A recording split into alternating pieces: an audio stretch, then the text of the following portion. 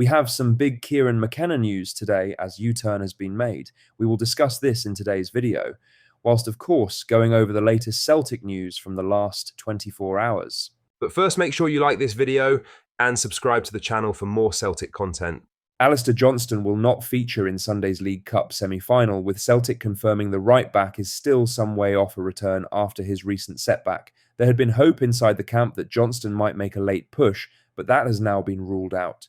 The defender made his initial comeback earlier this month, playing over 30 minutes against Sturm Graz, only to sustain the same hamstring issue that had kept him out in the first place. Since then, the approach has been conservative, and the language around his availability has firmed up at today's press conference. Celtic's latest line is unequivocal. Johnston is not close to returning and wouldn't be available. For supporters eyeing Hampton, that removes the will he, won't he question and hands the coaching staff clear parameters for selection and shape. Johnston's reliability in duels, recovery running, and habit of pinning opponents back with early forward passes make him a natural fit for big domestic occasions. In Glasgow derbies, his intensity without the ball often sets a tone, while his positioning at the back post on set plays has quietly saved Celtic on more than one afternoon. Without him, Celtic will again lean on Anthony Ralston, who played against Falkirk.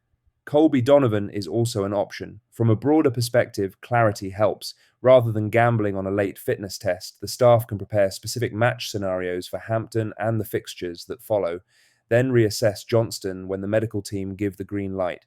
There is no suggestion of rushing him now. After a recurrence, caution is the sensible route to ensure he returns to stay. Now for the main story, as Kieran McKenna is the latest manager to be linked with a move to Celtic following Brendan Rodgers' bombshell departure from Parkhead. Rodgers quit Celtic in dramatic circumstances on the 27th of October, leaving the club scrambling for a new manager, with Martin O'Neill filling in on an interim basis. Celtic's 3-1 defeat to Hearts at Tynecastle proved the final straw amid the boss's growing frustrations with the board over transfer strategy. With the search ongoing, several big-name managers have been linked, including Ipswich Town boss McKenna. Ipswich currently sit 12th in the Championship after a slow start to the season following relegation from the Premier League. McKenna, previously linked with jobs at West Ham, Tottenham, Chelsea and Manchester United, is said to be open to the Celtic role should an offer arrive. Sources claim he would be tempted by the chance to manage in the Champions League. McKenna ticks many of the boxes on Celtic's shortlist, a young modern coach with back-to-back promotions on his CV. However, Ipswich remain reluctant to part with him, as he is under a long-term contract at Portman Road. Meanwhile, Celtic are also exploring other options. Football Insider revealed that contact may be made with Ange Postecoglou, although he is reportedly planning a short break after his Nottingham Forest exit. Martin O'Neill, who has taken temporary charge, could yet be considered for the permanent job depending on his success during his interim spell. In other news, Sunsport has floated Lee Carsley as a surprise contender for the Celtic job, pitching the England under-21 head coach and former Republic of Ireland international as a name to watch. The piece frames Carsley as a shock runner, but does not attribute its claim to any named source or concrete approach. What is not up for debate is Carsley's coaching pedigree.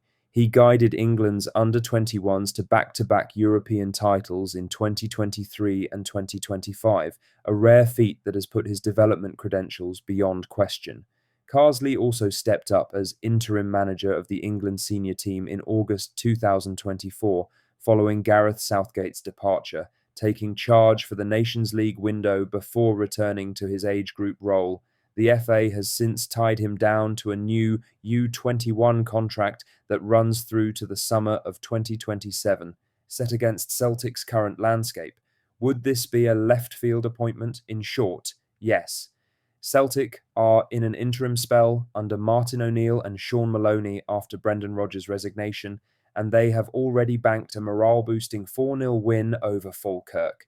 The club is working through a bruising week that began with Rodgers' exit and a strongly worded statement from Dermot Desmond. Any permanent hire will need not only coaching ability, but immediate authority in a tense environment. Carsley's strengths fit a project brief. He has a track record for improving young players. he has worked inside an elite national team structure, and he has handled the heat of senior international scrutiny. Those qualities would appeal to any club that wants a coherent pathway and modern training ground standards. The caveat is obvious. Carsley has limited senior club management mileage. His recent career has been internationally focused, and he only held the England senior role on an interim basis before recommitting to the U21s through 2027. That contract length and his publicly stated focus on the young Lions suggests prizing him away would be neither simple nor cheap. Current verdict. So where does that leave Celtic supporters reading Sunsport's line? Treat it as one of many names doing the rounds rather than a developed move. The link is not outlandish given Carsley's rise, but it is still left field in the context of Celtic's immediate needs and the club-ready experience the board typically leans on. Until a credible sourced report indicates contact, this sits in the interesting profile, difficult fit right now category. Lastly, Frank McAvenny believes Brendan Rodgers was trying to engineer his Celtic exit before resigning from the club earlier this week. Rodgers' departure on Monday night stunned supporters and sparked one of the most turbulent weeks in recent Celtic history. The Irishman's resignation came after months of tension with the board and was quickly followed by a public attack from majority shareholder Dermot Desmond. While Rodgers has yet to respond, McAvenny thinks it's only a matter of time before the other side of the story emerges. Speaking on his Let Me Be Frank podcast, the former Celtic striker claimed the manager may have been looking for the door long before the statement dropped. The thing is, I think we might find out because I think Brendan's got as big an ego as Dermot, and I think he might have to reply to that. In the last couple of weeks, Brendan, I know he's been coming out with some stupid remarks, but I thought they were very well-placed remarks. I think he was wanting sacked anyway. Now, someone said to me he did get sacked. He went to resign, and apparently he gets sacked. That's what I've been told. Don't know if it's true or not. We will never know the truth. The former striker's comments reflect a belief among sections of the support that Rodgers' relationship with the hierarchy had completely broken down. His press conferences in recent weeks were laced with frustration over recruitment and the club's lack of ambition, comments that now appear more calculated in hindsight. Rodgers' departure has allowed Martin O'Neill and Sean Maloney to step in on an interim basis and steady the ship before Sunday's League Cup semi-final against Rangers. But the wounds left by the fallout between the manager and the board remain raw, and McAvenny expects more revelations to come.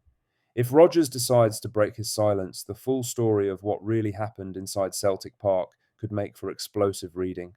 What do you think of what we discussed in today's video? Let us know down in the comments section below. Make sure you've liked this video and subscribe to the channel for more Celtic content. Thank you, take care, goodbye.